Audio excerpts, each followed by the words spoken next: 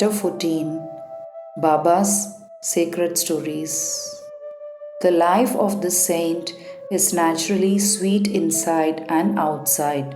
His various actions and his natural sayings are also sweet. His life is bliss incarnate. Sai told his devotees stories as a means for them to remember him. He gave them various stories of duty and action which ultimately led them to true religion. His object may be to help people live happily in this world, but also to ensure that they are always cautious and gain the object of their life, self realization. We get a human body as a result of merits in our past births, and it is worthwhile with its aid to attain devotion and liberation in this life. So, we should never be lazy, but should always be on the alert to gain our end and aim of life. If you hear daily the Leelas of Sai, you will always see him. You will remember him all day and all night. When you assimilate Sai in this way, your mind will lose its fickleness, and if you go on in this manner, your mind will finally be merged in pure consciousness. Now, let's come to the main story of this chapter. In Nanded, in the Nizam state, there lived a mill contractor and trader named Ruttonji Wadia. He had amassed a large amount of money and had acquired fields and land. He had cattle, horses, and conveyances and was very prosperous. To all outward appearances, he looked very happy and content, but inwardly he was not so. Providential dispensation is such that no one in this world is completely happy and rich, and Ruttonji was no exception to this. He was liberal and charitable, gave food and clothing to the poor, and helped everyone in various ways. People took him to be a good and happy man, but Ruttonji was miserable as he had no children. Just as Kirtan without devotion, music without rhythmical accompaniments, proficiency in the arts without common sense, and a pilgrimage without repentance are incomplete, so is the house of a man without a child. Ruttonji always brooded over this issue and thought, will God ever grant me a son? He thus looked morose and did not relish his food. Day and night he was enveloped with anxiety about whether he would ever be blessed with a son. He had great regard for Ganu Maharaj.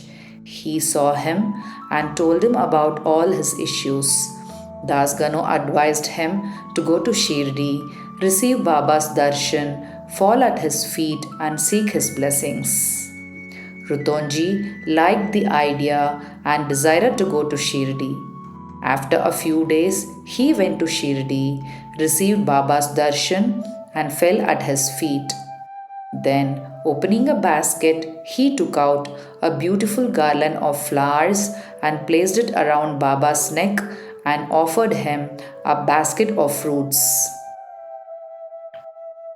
With great respect, he then sat near Baba and prayed to him, saying, many persons who find themselves in difficult situations come to you and you relieve them immediately. Hearing this, I have anxiously sought your feet. Please do not disappoint me. Sai Baba then asked him for Dakshina of 5 rupees, which Ruttonji intended to give, but added that he had already received 3 rupees and 14 paise from him, and that Ruttonji should only pay the balance. Hearing this, Ruttonji was rather puzzled.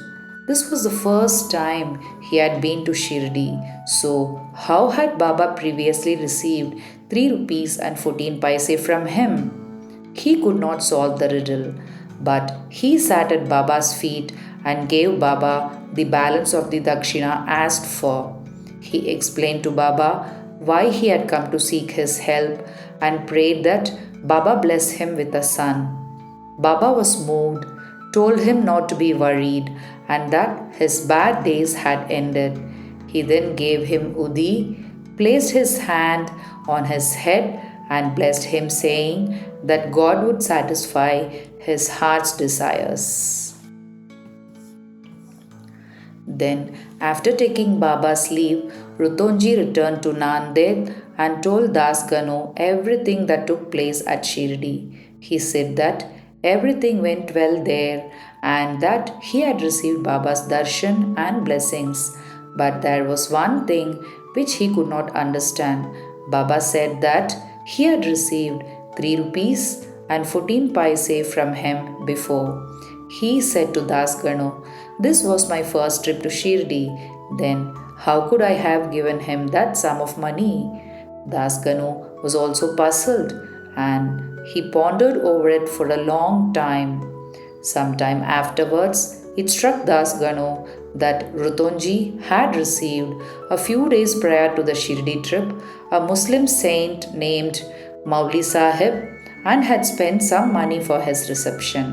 He was a well known saint to the people of Nanded.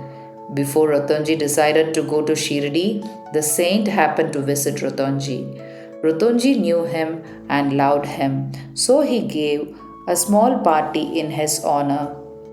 Das Ganu got from Ruttonji the memo of expenses of this reception, and everybody was wonderstruck to see that the expenses amounted to exactly 3 rupees 14 paise, nothing more, nothing less. They all came to know that Baba was omniscient and that though he lived in Shirdi, he knew what happened everywhere. In fact, he knew the past, present, and future and could identify himself, heart and soul, with anybody. Ruttonji was satisfied with this explanation and his faith in Baba was confirmed and increased. In due course, he was blessed with a son and his joy knew no bounds. Now we shall close this chapter with a few remarks about Dakshina. It is a well known fact that Baba always asked for Dakshina from people who went to see him. Somebody may ask a question: if Baba was a fakir and perfectly detached from worldly possessions, why should he ask for Dakshina and care for money? We shall consider this question broadly. For a long time, Baba did not accept anything. He stored burnt matchsticks and filled his pockets with them. He never asked for anything from anybody, whether they were devotees or otherwise. If anybody offered him a paise or two, he purchased oil or tobacco. He was fond of tobacco, for he always smoked chilim. Then people thought that they could not see saints empty handed and they therefore placed a few coins before Baba. If a paise was placed before him, he used to pocket it, and if it was a 2 paise coin, it was returned immediately. Then, after Baba's fame had spread far and wide, people began to flock in numbers, and Baba began to ask for Dakshina from them. It is said in the Shruti that the worship of God is not complete unless a gold coin was offered. If a coin was necessary when worshipping God, why should it not be so when worshipping a saint? Ultimately, the Shastras said that when one goes to see God, a king, a saint, or a guru, he should not go empty handed. He should offer something. In this connection, we may notice the precepts recommended by the Upanishads. The Brihadaranyaka Upanishad says that the Lord Prajapati advised the gods, men, and demons with one letter, Da. The gods understood by this letter that they should practice Dhamma, self control, while humans understood that they should practice Dana, charity, and the demons understood that they should practice daya, compassion. The teacher in the Taittiriya Upanishad exhorts his pupil to practice charity and other virtues. Regarding charity, he says, give with faith, give with magnanimity, give with modesty, with awe, and with sympathy. In order to teach the devotees the lesson of charity and to remove their attachment to money and thus purify their minds, Baba asked for Dakshina from them. But there was this peculiarity. Baba said that he had to give back to the devotee 100 times or more of what he had received. There are many instances in which this has happened. To quote an instance, Mr. Ganpatrao Bodas, the famous actor, says in his Marathi autobiography that when Baba pressed him frequently for Dakshina, he emptied his money bag before him.